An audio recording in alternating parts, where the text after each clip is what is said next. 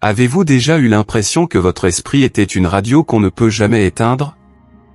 Imaginez vous réveiller à 3 heures du matin, épuisé, mais incapable de vous rendormir parce que votre cerveau a décidé de rejouer chaque erreur commise au cours des 10 dernières années, ou de simuler des catastrophes futures qui n'arriveront probablement jamais. Cet épuisement mental, ce poids constant de porter 1000 pensées simultanées, est la plus grande épidémie invisible de notre époque.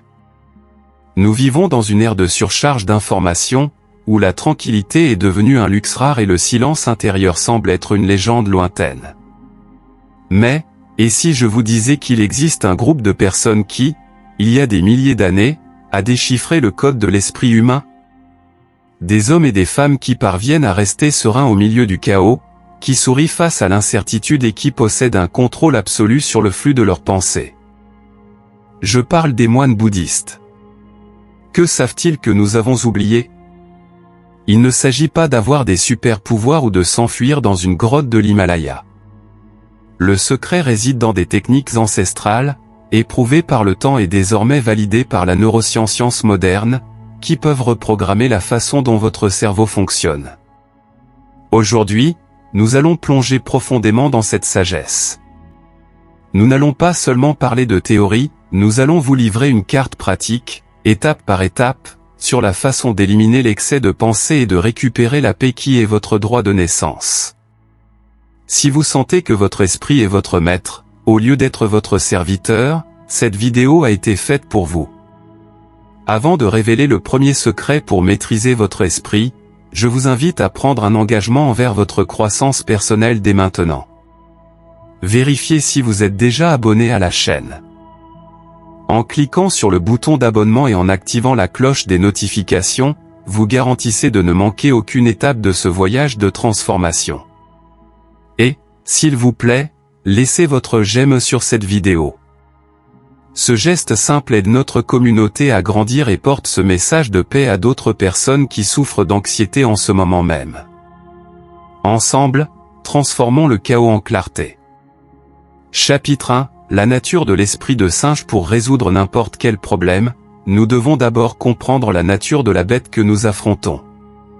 Dans le bouddhisme, il existe un terme fascinant et extrêmement précis pour décrire l'état d'anxiété et de pensée excessive que la plupart d'entre nous vivons quotidiennement, kapicita, ou l'esprit de singe.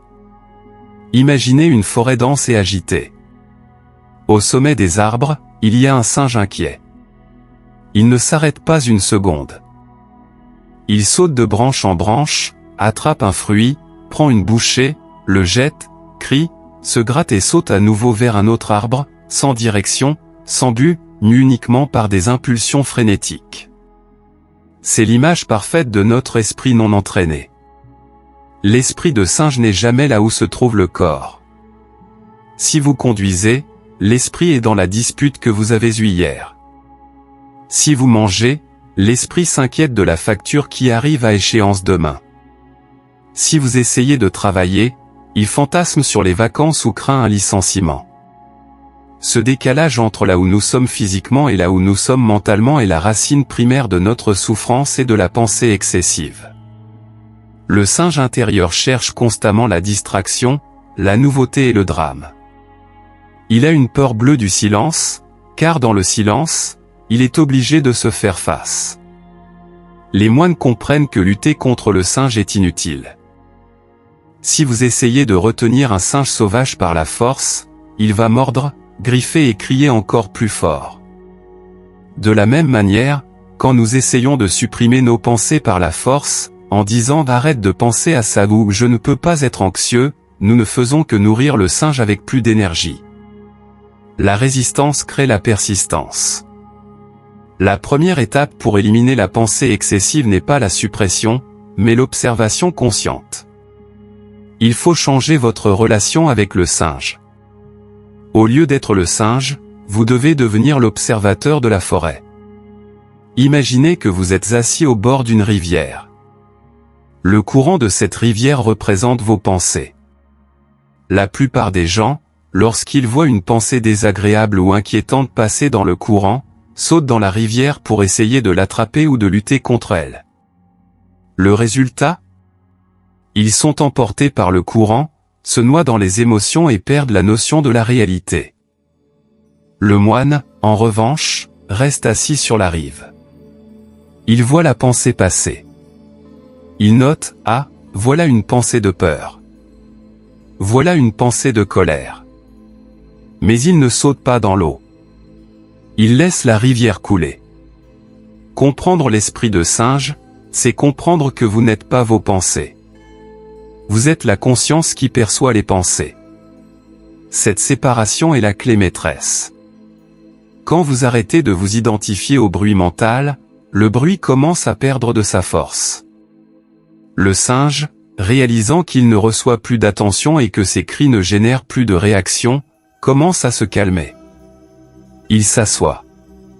Il se repose. Finalement, il s'endort. Mais cela exige de la pratique.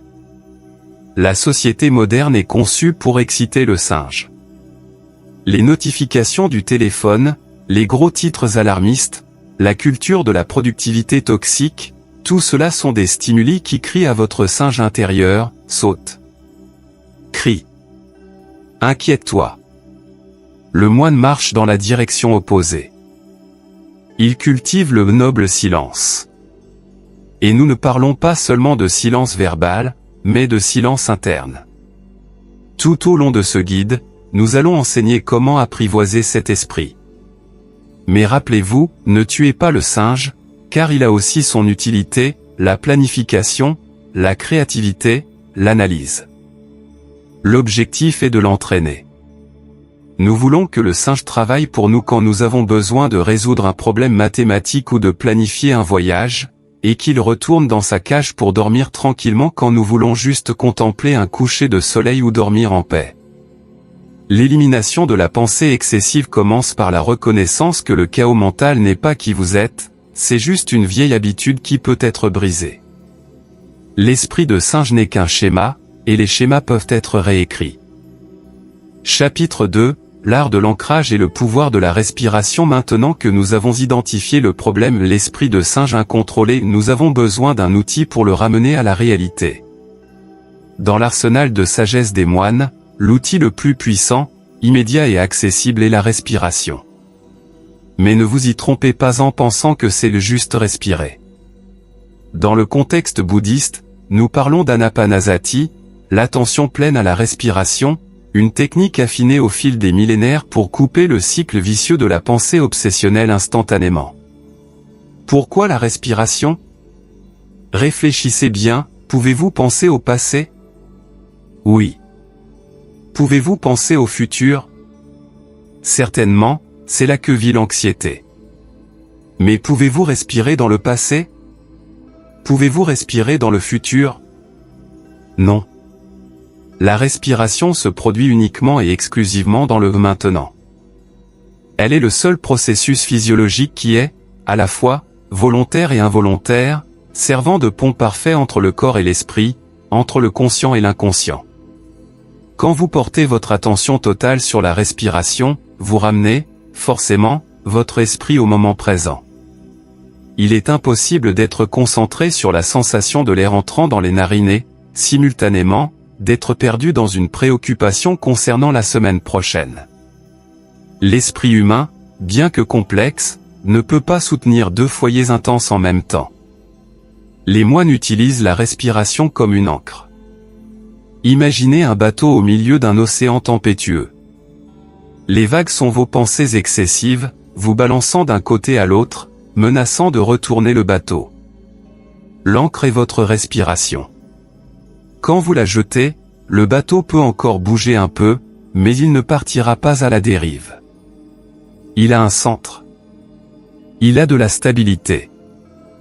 Quand vous vous sentez submergé, quand la spirale de pensées négatives commence à tourner, arrêtez tout.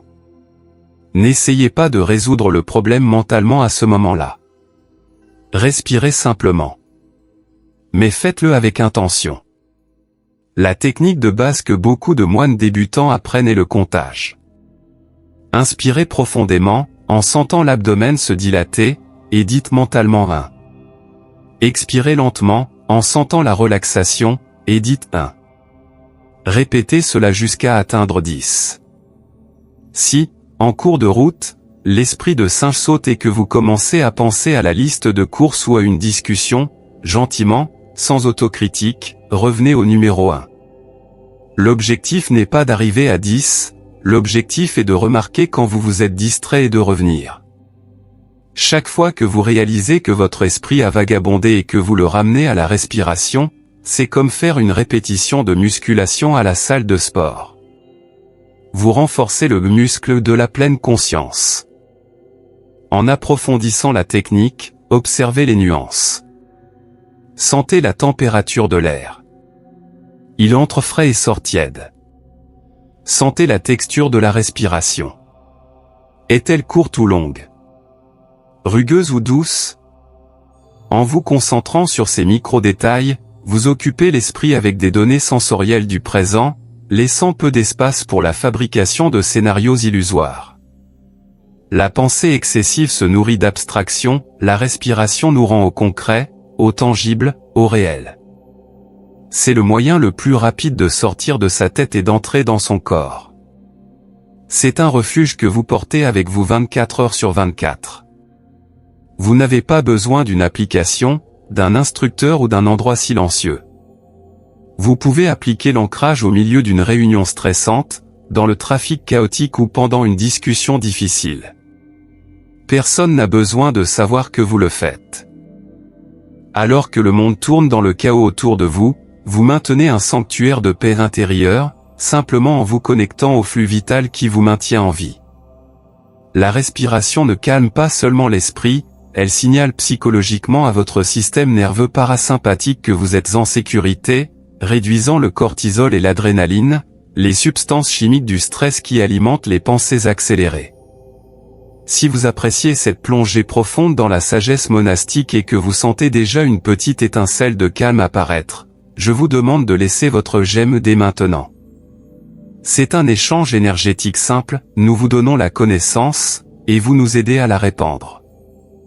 Votre j'aime signale à l'algorithme que le monde a besoin de plus de paix et de moins de bruit. La pratique de la respiration consciente est la fondation. Sans elle, les techniques avancées que nous verrons dans les prochains chapitres comme l'impermanence et le détachement ne seraient que des concepts intellectuels. La respiration transforme la philosophie en expérience. Elle transforme le savoir en être. Quand vous maîtrisez votre respiration, vous maîtrisez votre esprit. Et qui maîtrise son esprit, maîtrise son destin. Préparez-vous, car ce qui vient ensuite changera la façon dont vous voyez vos désirs et vos peurs. Chapitre 3, la loi de l'impermanence. Annika, si vous continuez ce voyage avec moi, c'est parce que votre âme aspire à cette légèreté. Vous avez déjà compris la nature de votre esprit de singe et appris à utiliser la respiration comme votre ancre inébranlable. Maintenant, allons encore plus loin. Touchons aux racines philosophiques et pratiques qui permettent aux moines de sourire face aux tempêtes. Avant d'avancer vers le troisième secret, vérifiez si vous avez vraiment cliqué sur le bouton d'abonnement. YouTube priorise le divertissement rapide, et des contenus denses et transformateurs comme celui-ci peuvent disparaître de votre fil si vous n'êtes pas abonné avec la cloche activée. Garantissez votre place dans cette communauté d'évolution. Et, bien sûr, laissez votre j'aime pour renforcer notre mission. L'une des plus grandes souffrances de la condition humaine est notre refus têtu d'accepter la réalité telle qu'elle est. Et la réalité fondamentale, selon le bouddhisme, est Anicca, ou la loi de l'impermanence. Tout change. Rien ne demeure. C'est une vérité universelle, observable du mouvement des galaxies jusqu'au cycle de vie d'une cellule dans votre corps. Cependant, lorsqu'il s'agit de nos pensées et émotions, nous agissons comme si elles étaient éternelles, solides et immuables. C'est ici que la pensée excessive gagne en force, dans l'illusion de la permanence. Quand vous êtes pris dans un cycle d'inquiétude, votre esprit vous dit que ce sentiment d'angoisse durera pour toujours. Il dit que le problème auquel vous faites face est monumental et définitif. Le moine, pourtant, regarde la pensée anxieuse de la même manière qu'il regarde un nuage passer dans le ciel. Il sait que le nuage peut être sombre, peut porter le tonnerre, peut même cacher le soleil momentanément, mais il ne reste jamais, au grand jamais, immobile. Il se forme, il change de forme, et il se dissipe. La nature de la pensée est de surgir et de disparaître. La souffrance ne vient pas de la pensée en elle-même, mais de notre attachement à elle. Nous attrapons le nuage et essayons de le mettre dans une boîte. Pour éliminer la pensée excessive, vous devez adopter la perspective de l'impermanence de manière radicale. Quand une pensée intrusive surgit et disons, le souvenir d'une erreur embarrassante que vous avez commise au travail, au lieu de lutter contre elle ou d'analyser pourquoi vous avez fait cela, étiquetez-la simplement comme impermanente. Dites-vous, cela aussi passera. Cette pensée vient de naître et, comme tout ce qui naît, elle est destinée à mourir, à moins que je ne la maintienne en vie avec mon attention. Les moines n'analysent pas chaque pensée qui surgit, ce serait comme essayer de compter chaque goutte d'eau dans une cascade. Ils laissent simplement l'eau tomber. La pratique d'Anika nous libère car elle retire le poids de la vérité et de nos pensées. Nous avons tendance à croire tout ce que nous pensons. Si nous pensons « je suis un échec », nous acceptons cela comme un verdict final. Mais, sous la lentille de l'impermanence, « je suis un échec » est juste un ensemble de mots électriques tirant dans le cerveau, qui disparaîtront en quelques secondes s'ils ne sont pas nourris. Vous n'êtes pas vos pensées, parce que vous restez, et elles passent. Vous êtes le ciel, les pensées sont la météo. Le ciel ne s'offusque pas de la tempête. Le ciel n'essaie pas de retenir le soleil. Il permet que tout arrive, en gardant son immensité intacte. Appliquez cela maintenant. Pensez à quelque chose qui vous préoccupait profondément il y a 5 ans. Probablement, vous ne pouvez même pas vous en souvenir, ou si vous vous en souvenez, cela ne porte plus la même charge émotionnelle. À ce moment-là, cela semblait être la fin du monde. Aujourd'hui, c'est juste un souvenir lointain ou oublié. Ce que vous ressentez aujourd'hui connaîtra le même sort. Comprendre cela viscéralement, et pas seulement intellectuellement, est l'antidote à l'anxiété. Pourquoi perdre des nuits de sommeil à ruminer sur quelque chose qui, par sa propre nature, est déjà en processus de désintégration? Les moines vivent dans un état de flux constant. Ils n'essaient pas de figer le bon moment, ni n'essaient d'accélérer le mauvais moment. Ils surfent sur la vague de l'existence. La pensée excessive est une tentative de contrôler l'incontrôlable, de prédire le futur ou de réécrire le passé. Accepter l'impermanence, c'est lâcher le volant sur une route qui se dirige toute seule. C'est une reddition qui apporte du pouvoir. Quand vous arrêtez d'essayer de rendre les choses permanentes, vous arrêtez de vous battre avec la réalité. Et quand la bagarre s'arrête, le silence mental commence. Chapitre 4, le détachement de l'ego et l'illusion du jeu. Si nous analysons profondément le contenu de nos pensées excessives, nous découvrirons un modèle révélateur, 99% d'entre elles tournent autour d'un seul mot « jeu ». Que vont-ils penser de moi? Est-ce que je vais y arriver? Pourquoi moi? J'ai besoin de réussir, j'ai été offensé. La pensée excessive est, dans son essence, une obsession de soi-même.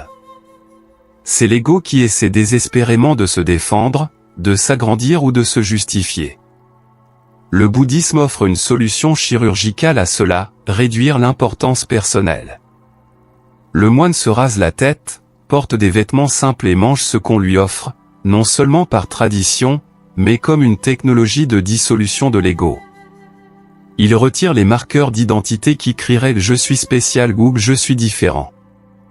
Dans la vie moderne, nous sommes entraînés à faire l'opposé. Nous construisons des avatars en ligne, des CV parfaits et des images sociales polies. Nous passons toute la journée à polir la statue de notre ego. Et plus cette statue devient lourde et complexe, plus il est fatigant de la porter. La pensée excessive est l'effort musculaire mental de soutenir cette fausse image de nous-mêmes contre le monde. Imaginez que vous marchez et que quelqu'un vous bouscule brusquement.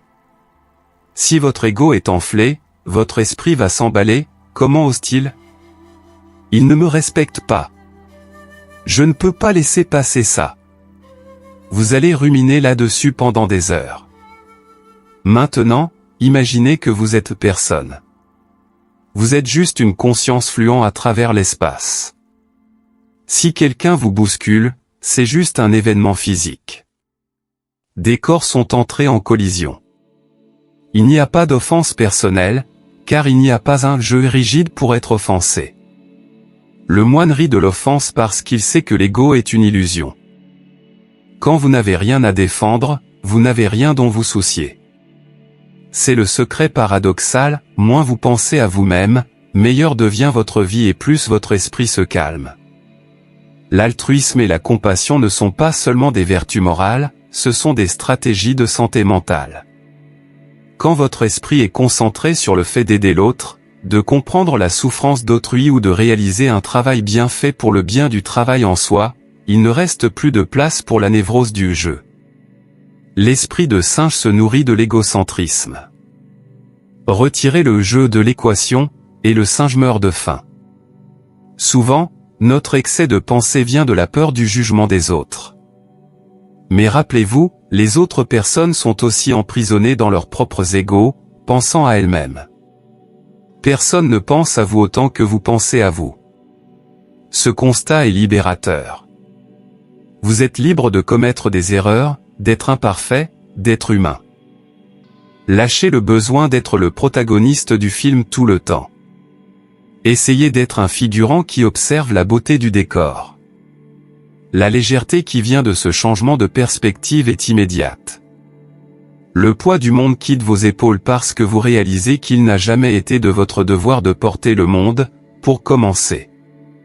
Si ce concept de dissoudre l'ego résonne en vous, si vous sentez le poids de cette armure que vous portez tous les jours, faites une pause rapide maintenant. Vérifiez votre abonnement. En vous abonnant, vous dites oui à un contenu qui défie le statu quo et priorise votre paix intérieure. Et laissez votre j'aime comme un symbole que vous êtes prêt à lâcher, petit à petit, le poids de l'auto-importance. La pratique ici est l'humilité radicale. Pas l'humilité de se rabaisser, mais l'humilité de se voir comme une partie d'un tout interconnecté, et non comme le centre de l'univers. Quand vous devenez partie du flux de la vie, au lieu d'être un rocher essayant de résister au courant, la pensée excessive cesse. Le silence du moine vient de la certitude qu'il n'a besoin de rien prouver à personne, ni même à lui-même. Il est, tout simplement. Et être est beaucoup plus simple que d'essayer d'être. Chapitre 5, la pleine conscience dans les actions quotidiennes, le zen du quotidien. Beaucoup de gens ont une fausse idée selon laquelle pour arrêter de trop penser, ils doivent s'asseoir en position du lotus, fermer les yeux et méditer pendant des heures d'affilée. Bien que la méditation formelle soit vitale, et nous en parlerons, les moines passent la majeure partie de la journée à faire des tâches ordinaires, balayer la cour, laver des bols, cuisiner ou marcher. Le secret n'est pas ce qu'ils font, mais comment ils le font. Ils pratiquent le mindfulness, la pleine conscience, en mouvement. Ils transforment la routine en rituel. La pensée excessive prospère dans le fossé entre ce que vous faites et ce que vous pensez. Si vous faites la vaisselle, mais que votre esprit pense à la réunion de demain, vous avez créé une brèche. Dans cette brèche, l'anxiété grandit. Le moine, en lavant un bol, lave le bol. Il sent la température de l'eau, la texture de la céramique, l'odeur du savon, le mouvement des mains. Toute sa conscience est versée dans cette action simple. Il ne reste pas d'énergie mentale pour le passé ou le futur.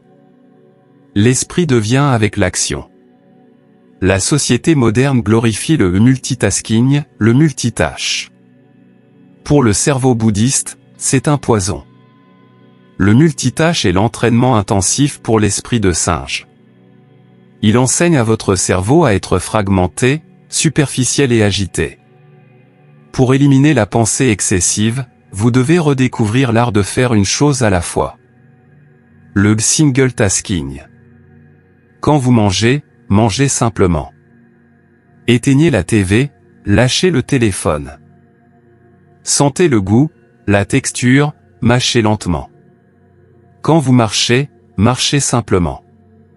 Sentez les pieds toucher le sol, le vent sur le visage.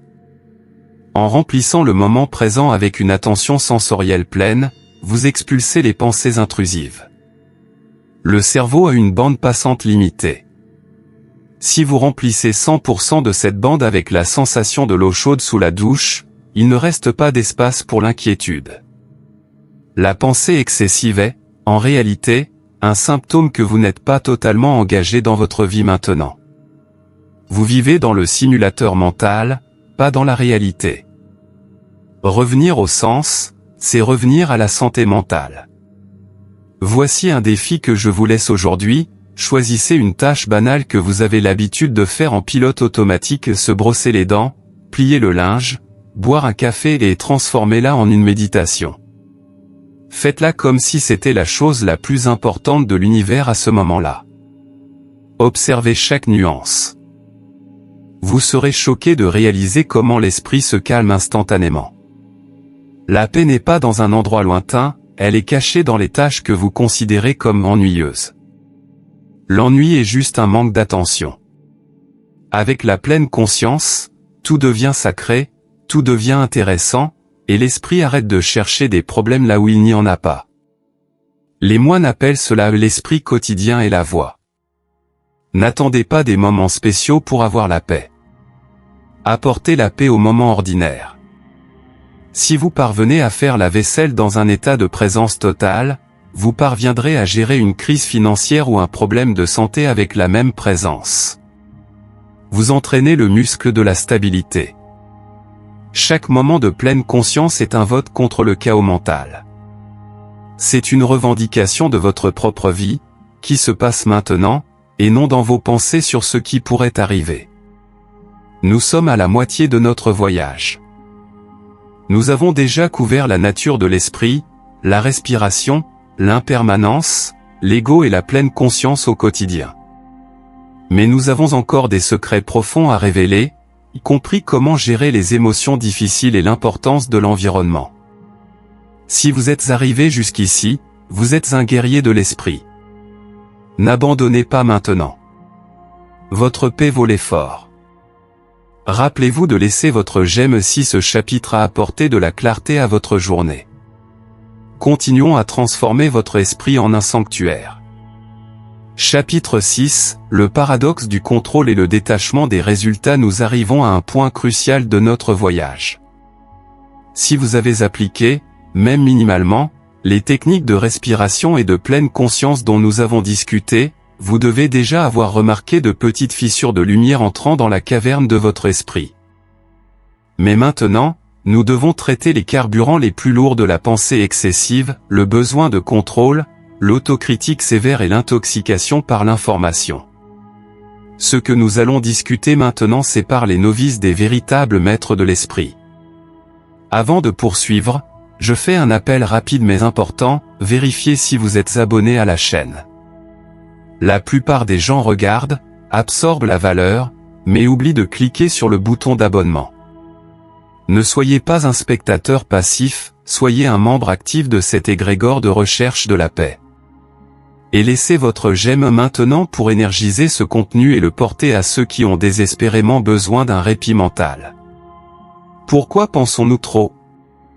Si vous creusez à la racine de presque toute anxiété, vous trouverez une pierre fondamentale, le désir de contrôle.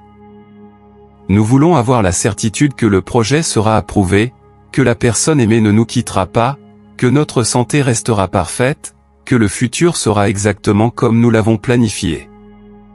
La pensée excessive est la tentative désespérée de l'esprit de simuler tous les scénarios possibles pour éviter la douleur et garantir le plaisir. C'est une stratégie de guerre contre l'incertitude. Mais les moines connaissent une vérité brutale et libératrice, le contrôle est une illusion. Dans le bouddhisme, il existe une emphase profonde sur l'action juste, mais un détachement total par rapport au fruit de l'action. Cela peut sembler contre-intuitif pour l'esprit occidental, qui est orienté par les objectifs et les résultats. Nous pensons, si je ne me préoccupe pas du résultat, je ne vais pas faire d'efforts. C'est faux.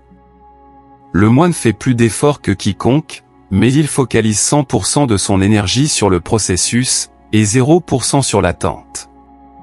Pensez à un archer zen. S'il tire la corde de l'arc en pensant obsessionnellement à la cible, tremblant de peur de rater, calculant ce que les gens vont dire s'il échoue, ses muscles seront tendus, sa respiration sera courte et il ratera probablement. L'anxiété du résultat sabote la performance. D'un autre côté, si l'archer se concentre uniquement sur sa posture, sur sa respiration, sur la sensation de la corde dans les doigts et sur la libération de la flèche, oubliant complètement la cible au moment du tir, le tir sera fluide, précis et puissant. La pensée excessive surgit quand notre esprit est dans le « et si ». Et si j'échoue? Et si ça tourne mal? Le moine remplace le « et si » par le « ce qui est ». Il fait ce qui doit être fait avec une excellence absolue, et ensuite il lâche prise. Une fois que la flèche a quitté l'arc, aucune quantité de préoccupation mentale ne la fera changer de trajectoire. S'inquiéter après l'action est un gaspillage de vie. S'inquiéter avant l'action est une paralysie. Adopter cette mentalité exige une reddition courageuse. Cela signifie dire à l'univers, je ferai ma part avec tout mon amour et ma capacité, et j'accepterai ce qui viendra comme faisant partie de mon chemin. Quand vous renoncez à la nécessité que les choses se passent exactement à votre façon, un poids gigantesque quitte votre dos. L'esprit arrête de calculer des probabilités et commence à vivre la réalité. La souffrance ne vient pas de ce qui arrive, mais de la différence entre ce qui arrive et ce que vous vouliez qu'il arrive. En éliminant l'exigence rigide d'un résultat spécifique, vous éliminez le fossé où l'anxiété fleurit. Pratiquez l'action focalisée, résultat relâché. Vous allez faire une présentation importante? Préparez-vous obsessionnellement. Étudiez. Entraînez-vous. Mais au moment de monter sur scène, abandonnez le désir d'être applaudi. Soyez là juste pour délivrer le message. Vous allez avoir une conversation difficile avec quelqu'un? Planifiez vos mots avec affection, mais lâchez le besoin de contrôler la réaction de l'autre personne. Vous contrôlez seulement votre intention et votre action, le reste appartient au monde. Cette sagesse monastique nous apprend à faire confiance à la vie. La pensée excessive est, au fond, un manque de confiance. C'est penser que si vous ne surveillez pas l'univers 24 heures sur 24 mentalement, tout va s'effondrer. Détendez-vous. L'univers sait ce qu'il fait. Chapitre 7, la compassion comme le grand silencieux, méta, souvent, la voix qui génère la pensée excessive n'est pas seulement une voix inquiète, c'est une voix cruelle. C'est le critique intérieur. Tu aurais dû faire mieux, tu es bizarre, personne ne t'aime. Cette autoflagellation mentale est l'une des formes les plus toxiques de bruit interne. Les moines combattent ce poison avec un antidote spécifique et puissant appelé méta, ou amour-bienveillance. La neuroscience a déjà confirmé ce que le bouddhisme enseigne depuis des millénaires, il est psychologiquement impossible de ressentir de la compassion et de l'anxiété défensive au même instant. Ils activent des circuits cérébraux différents. La pensée excessive est souvent une forme d'agression contre soi-même. Nous nous punissons pour des erreurs passées en répétant la scène du crime dans notre esprit des milliers de fois. Le moine comprend que cette rumination ne répare pas l'erreur, elle ne fait que détruire la personne qui pourrait la réparer. La pratique de l'autocompassion n'est pas de l'apitoiement sur soi ou de l'indulgence. C'est se traiter soi-même avec la même gentillesse avec laquelle vous traiteriez votre meilleur ami ou un enfant blessé. Si votre ami commettait une erreur, lui crieriez-vous dessus pendant des heures, en listant tous ses défauts? Non. Vous diriez, tout va bien, tu es humain, apprenons de cela et allons de l'avant. Pourquoi n'offrez-vous pas cette même courtoisie à vous-même? Il existe une parabole bouddhiste célèbre sur la deuxième flèche. La première flèche est l'événement douloureux de la vie, une perte, une maladie, un échec. c'est inévitable. Ça fait mal. Mais nous, dans notre ignorance, nous nous tirons une deuxième flèche sur nous-mêmes, la flèche du jugement, de la culpabilité, du déni et de la préoccupation excessive. La première flèche blesse le corps ou la situation, la deuxième flèche blesse l'esprit. Et la deuxième flèche est optionnelle. La pensée excessive, c'est vous poignarder de manière répétée avec la deuxième flèche. Pour faire taire l'esprit, nous devons désarmer le critique intérieur avec une bonté agressive. Quand la spirale de pensée négative sur vous-même commence, arrêtez-vous et mettez la main sur le cœur. Dites mentalement, je vois que tu souffres. Je vois que tu as peur. Que je puisse être en paix. Que je puisse être gentil avec moi-même. Cela brise le schéma. L'esprit de singe s'attend à la lutte, quand vous offrez de l'amour, il devient confus et se calme. De plus, le jugement des autres est un autre grand moteur de la pensée excessive. Nous analysons le comportement d'autrui, créant des récits de méchants et de victimes. Pourquoi a-t-il dit ça? Elle m'a regardé de travers. La pratique de méta étend cette compassion aux autres. Comprenez que les gens, tout comme vous, luttent contre leurs propres singes mentaux, leurs propres souffrances et conditionnements.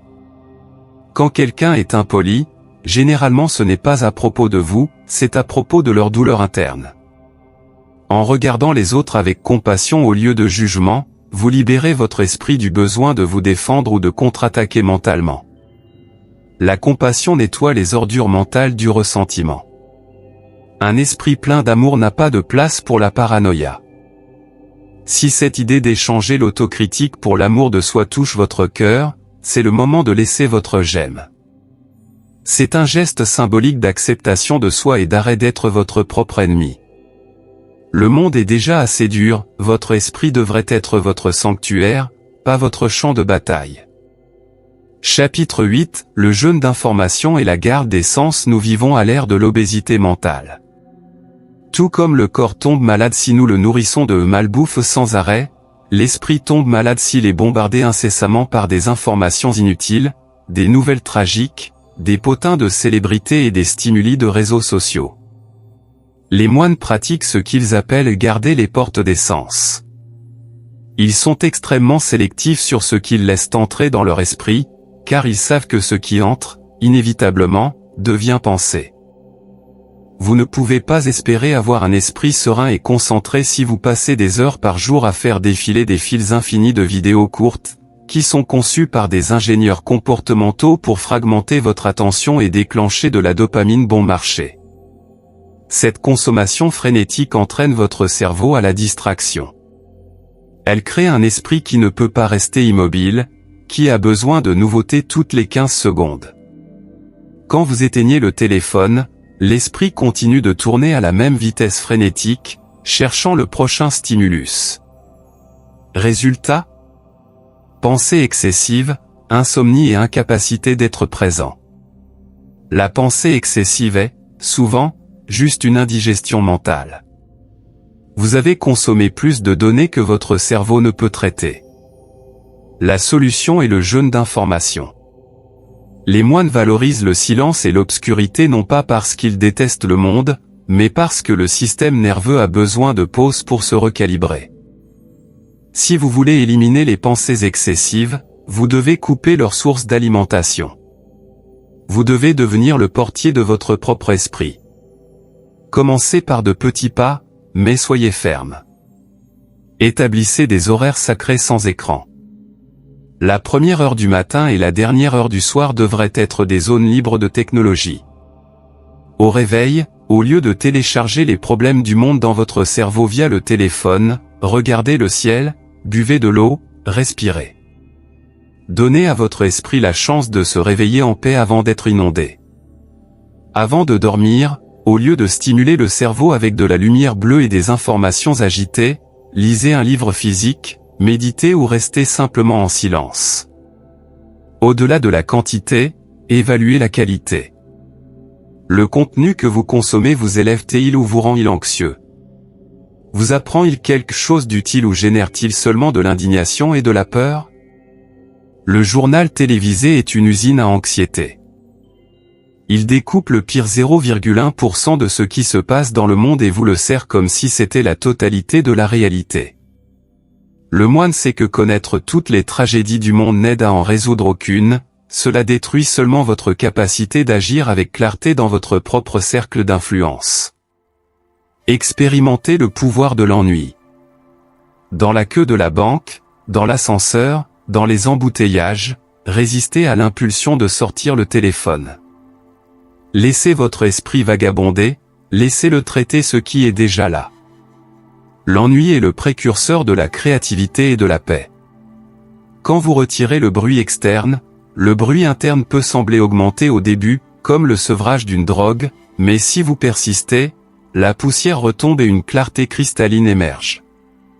Un esprit qui n'est pas constamment stimulé est un esprit qui se repose dans sa propre nature. Protégez votre attention comme si c'était votre ressource la plus précieuse, car, en fait, elle l'est. Là où vous placez votre attention, votre vie se produit. Ne la donnez pas gratuitement à des algorithmes qui profitent de votre confusion mentale. Nous nous approchons de la fin. Nous avons 2 autres chapitres essentiels qui vont sceller toute cette connaissance et offrir un plan de maintenance pour toute la vie. La transformation réelle se produit dans la constance. Si vous êtes arrivé jusqu'ici, votre détermination est admirable. Allons ensemble vers l'étape finale de cette reprogrammation mentale. Chapitre 9, le pouvoir du je ne sais pas et l'esprit du débutant, Shoshin, nous sommes arrivés au sommet de notre montagne. Si vous avez parcouru les 8 chapitres précédents avec attention et ouverture, votre perception de l'esprit a déjà changé.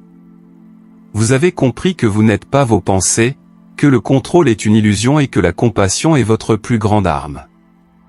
Mais il reste 2 pièces fondamentales dans ce puzzle millénaire. Des pièces qui garantissent que vous ne compreniez pas seulement cela aujourd'hui, mais que vous le viviez pour toujours. Avant de vous remettre les clés finales du royaume de la paix intérieure, j'ai une demande importante. Si ce contenu a apporté de la valeur à votre vie, s'il a allumé une lumière dans l'obscurité de votre anxiété, honorez cet échange en vous abonnant à la chaîne maintenant. Activez la cloche. Ne laissez pas l'algorithme décider de votre destin, choisissez consciemment de nourrir votre esprit avec sagesse. Et, s'il vous plaît, laissez votre j'aime. C'est un petit clic pour vous, mais un rugissement géant de soutien pour nous. Il existe un piège subtil qui attrape même les pratiquants les plus dévoués, le piège de la certitude. La pensée excessive est, souvent, un refus arrogant d'admettre que nous ne savons pas ce qui va arriver. L'esprit anxieux croit pieusement qu'il peut prédire des catastrophes, lire dans les pensées des autres personnes et calculer l'issue de situations complexes. Il dit, je sais que ça va mal tourner, je sais qu'il ne m'aime pas, je sais que je ne serai pas capable. Le bouddhisme zen offre un antidote radical à cette rigidité mentale, Shoshin, ou l'esprit du débutant. Dans l'esprit de l'expert, il existe peu de possibilités, dans l'esprit du débutant, il en existe une infinité. La pensée excessive surgit quand nous jugeons le moment présent sur la base d'expériences passées, fermant les portes au nouveau.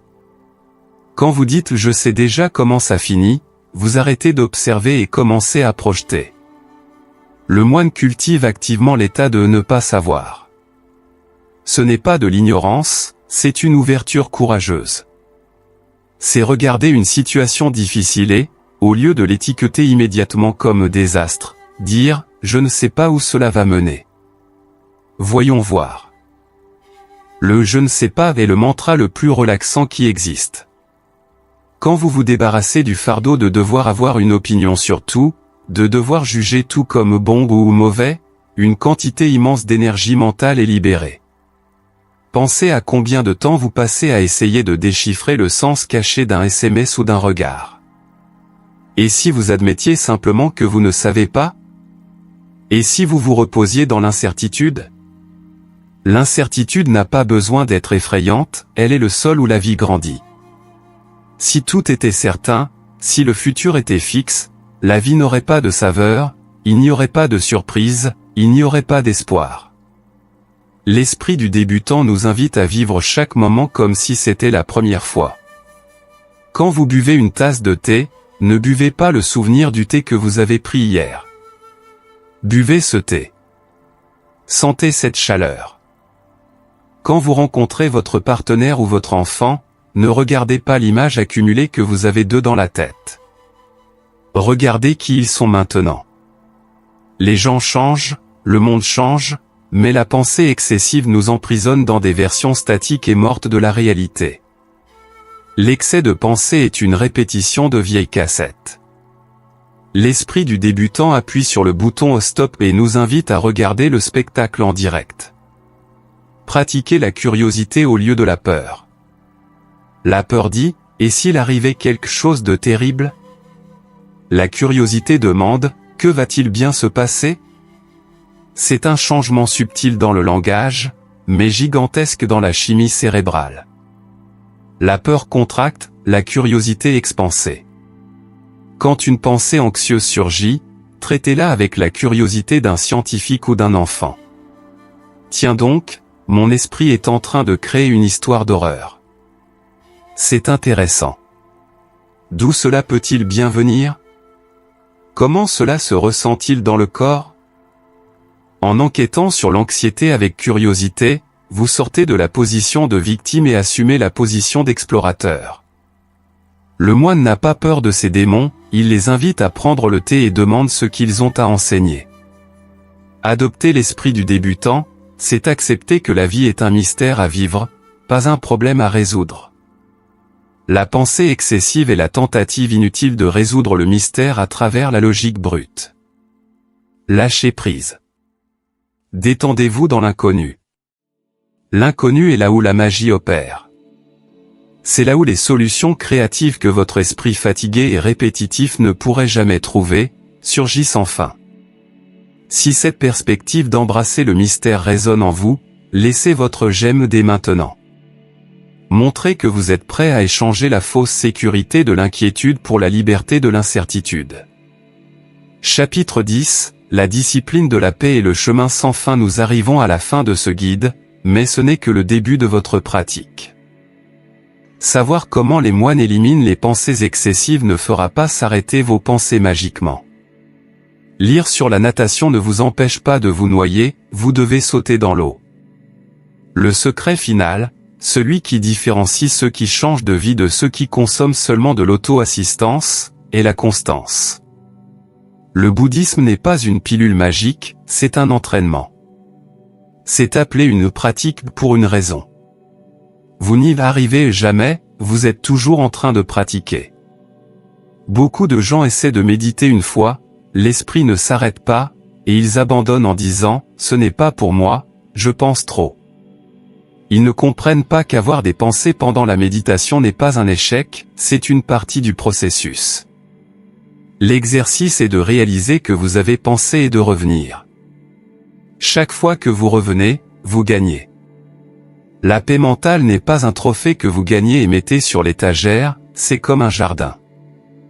Si vous en prenez soin tous les jours, il fleurit. Si vous l'ignorez pendant une semaine, les mauvaises herbes de la pensée excessive et de la négativité repousseront. La jungle de l'esprit est persistante, et le jardinier doit être vigilant. N'attendez pas la motivation. La motivation est volatile, elle va et vient comme la météo. Faites confiance à la discipline et au rituel. Établissez des ancres dans votre journée. Cela peut être 5 minutes de respiration consciente au réveil. Cela peut être la pratique de manger sans le téléphone. Cela peut être l'habitude de se pardonner soi-même avant de dormir. De petits rituels, répétés avec foi et constance, construisent une forteresse mentale impénétrable au fil du temps. Les moines atteignent des états sublimes de conscience non pas parce qu'ils sont surhumains, mais parce qu'ils se présentent pour s'entraîner, jour après jour, qu'il pleuve ou qu'il fasse beau, qu'ils soient heureux ou tristes. Rappelez-vous aussi du concept de sangha, ou communauté. Il est très difficile de nager à contre-courant de la société moderne tout seul. Entourez-vous de contenus, de personnes et d'environnements qui nourrissent votre paix. Si vos amis vivent de drames et de potins, si votre environnement est chaotique, votre pratique sera beaucoup plus difficile. Protégez votre énergie. Vous avez le droit de vous éloigner de ce qui agite votre esprit. Votre paix est votre priorité numéro 1, car sans elle, vous ne servez personne. Un esprit anxieux ne peut pas aimer pleinement, ne peut pas travailler avec excellence, ne peut pas apprécier la beauté. En vous guérissant vous-même, vous guérissez le monde autour de vous. Vous possédez maintenant la carte. Vous connaissez l'esprit de singe, l'ancrage dans la respiration, l'impermanence, la dissolution de l'ego, le mindfulness au quotidien, le détachement du contrôle, la compassion, le jeûne d'information et l'esprit du débutant. Ces outils ont été forgés dans le feu de milliers d'années d'introspection humaine. Ils fonctionnent. Mais ils exigent que vous les maniez. À partir d'aujourd'hui, quand la tempête mentale commencera, vous ne serez plus une feuille au vent. Vous serez la montagne. Les vents hurleront, la pluie tombera, les pensées crieront, mais la montagne reste assise, solide, enracinée dans la terre et touchant le ciel. Vous avez cette montagne en vous. Elle a toujours été là, attendant simplement que vous nettoyiez les nuages pour la révéler. Le silence que vous cherchez n'est pas dans l'Himalaya, il est dans l'espace entre votre inspiration et votre expiration. Il est ici. Il est maintenant. Votre voyage vers une vie libre de pensées excessives commence à cette seconde précise. Pas demain, pas lundi. Maintenant. Respirez. Souriez. Et commencez. Merci d'avoir consacré votre temps à cet apprentissage profond. Si vous êtes arrivé jusqu'à la fin, vous faites partie d'une minorité qui cherche vraiment l'évolution. S'il vous plaît, abonnez-vous à la chaîne pour continuer à recevoir des orientations pour votre voyage spirituel et mental. Laissez votre j'aime et, très important, écrivez dans les commentaires « Je suis la montagne ». Voyons combien d'entre nous sont prêts à rester fermes face au chaos. À la prochaine vidéo, et que votre esprit trouve la paix qu'il mérite.